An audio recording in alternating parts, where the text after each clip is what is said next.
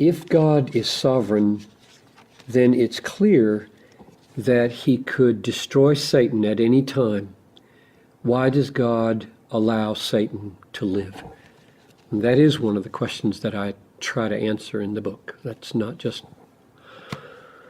on top of the book, that's right at the heart of the book.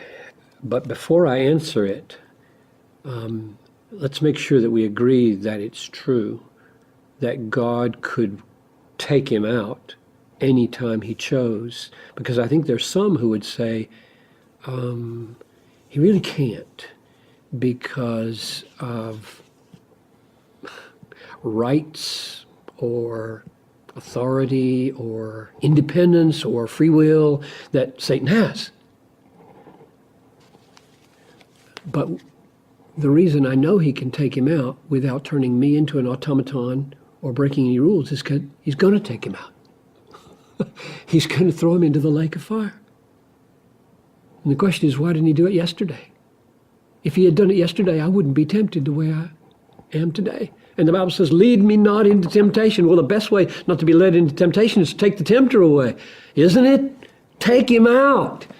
I've got sin in my life of plenty to get me to have a struggle. I don't need Satan on top of this sin that I have to make my life miserable. So God, take him out, because you have a right to take him out. You have the power to take him out. You're doing nobody wrong when you take him out. Take him out. And he doesn't do it.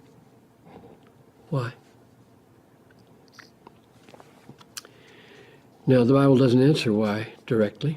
And so it's kind of inferences that we go on, but here's my best shot.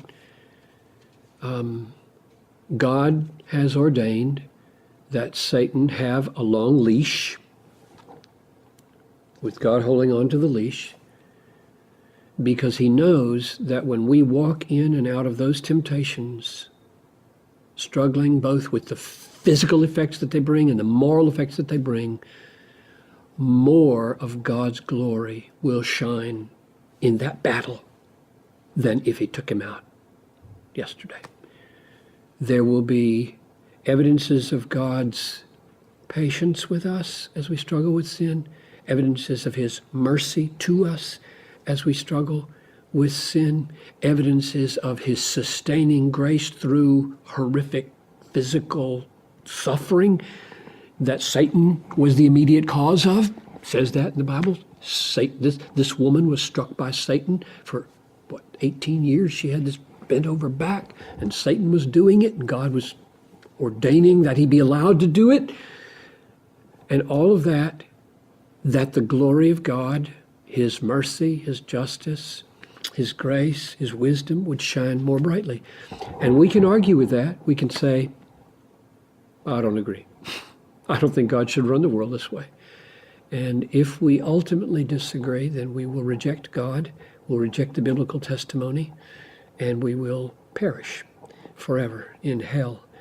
And I choose to trust him, that his way of managing the devil and managing evil that comes at me is wiser than the way I might choose to manage it. And perhaps the other thing I should say is that he sent his son right into the middle of this satanic warfare. And it was Satan that put it in the heart of Judas to betray him. So Jesus exposes himself to the horrors of Satan's deceit and lie and murder. He's a murderer from the beginning and a liar, and dies in order, it says in Colossians 2:15, to make a public display of the principalities and powers in his defeat of them. There is more glory that will come to Jesus Christ because of suffering to destroy Satan than powerfully shooting Satan in the head. And there's more glory that will come to Jesus Christ by our sharing in the sufferings of Christ, holding on to his supreme value, than if we had been able to say, Satan depart, and never have another problem.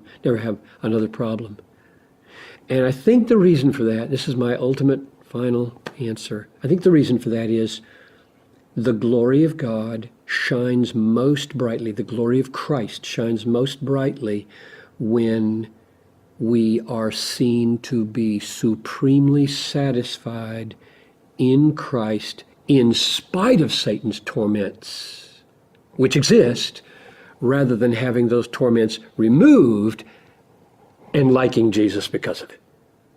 It's when you love Jesus in spite of it and through it that his glory shines the most brightly, rather than when we have life made easier for us by his removal and we like Jesus because of it.